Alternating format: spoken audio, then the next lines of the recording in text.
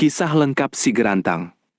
Pada zaman dahulu kala, di sebuah kerajaan yang sangat makmur dan damai, hiduplah seorang pemuda yang bernama si Gerantang. Pemuda itu memiliki hati yang sangat tulus, sifatnya sopan santun, ucapannya lembut, dan ia sangat berbakti serta suka menolong sesama makhluk. Suatu hari, si Gerantang berkesempatan menghadap ke istana kerajaan. Di sana ia melihat putri raja yang wajahnya sangat cantik jelita. Kulitnya bersih, tingkah lakunya lemah lembut, dan hatinya pun baik. Sejak saat itu, hati si Gerantang terpikat sepenuhnya. Ia berniat ingin mempersunting putri tersebut menjadi istrinya. Dengan penuh rasa hormat dan keberanian, si Gerantang pun menghadap sang raja untuk menyampaikan maksud hatinya. Sang raja memperhatikan si Gerantang dengan saksama, lalu berkata dengan tenang, "Baiklah, jika engkau benar-benar tulus mencintai dan ingin menikahi anakku, ada satu syarat berat yang harus kau penuhi. Bawalah kepadaku emas dan berlian yang memenuhi 40 wadah yang besar semuanya. Jika engkau sanggup membawanya, barulah aku izinkan engkau bersanding dengan putriku." Si Gerantang mendengarkan dengan saksama, lalu ia menyanggupi syarat tersebut. Namun dalam hatinya, ia sadar bahwa ia hanyalah orang biasa yang tidak memiliki harta benda. Maka sebelum berangkat mencari harta itu, ia berhenti sejenak, menengadahkan tangan dan berdoa dengan sungguh-sungguh memohon petunjuk kepada Allah yang Maha Kuasa, meminta agar ditunjukkan jalan yang benar untuk mendapatkan apa yang ia butuhkan. Setelah selesai berdoa, ia pun berjalan melangkah pergi menyusuri jalan raya. Tidak jauh dari situ, ia berpapasan dengan seorang bapak-bapak yang sedang berjalan santun.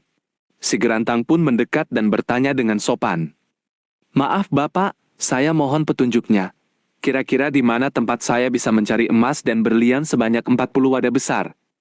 Si bapak itu tersenyum dan menjawab, "Anakku, biasanya emas dan berlian yang banyak dan besar-besar itu adanya di dalam laut yang dalam."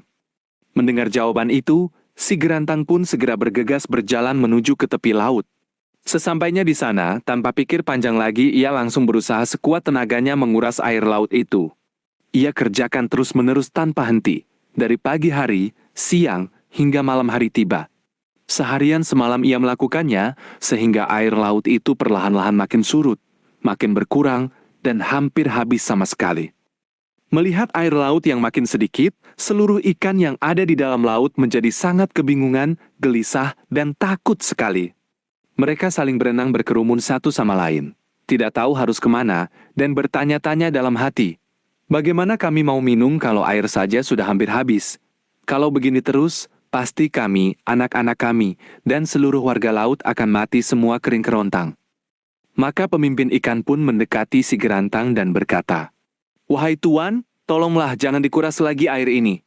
Jika terus dikuras, nanti saya, istri saya, anak-anak saya, dan seluruh warga laut yang ada di sini semuanya akan mati. Apa sebenarnya keinginan Tuan sehingga Tuan melakukan hal yang begitu berat ini?"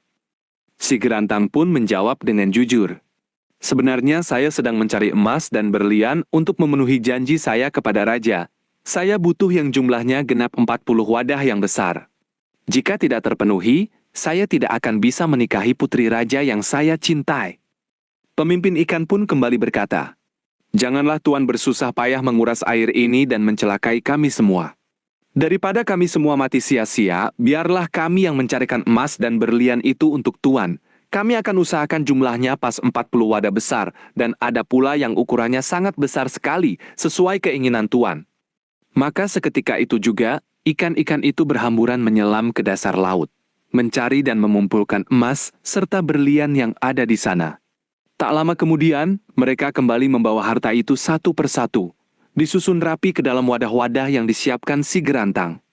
Diperiksa perlahan-lahan, akhirnya genap sudah jumlahnya 40 wadah besar. Semuanya penuh berisi emas dan berlian yang berkilauan indah.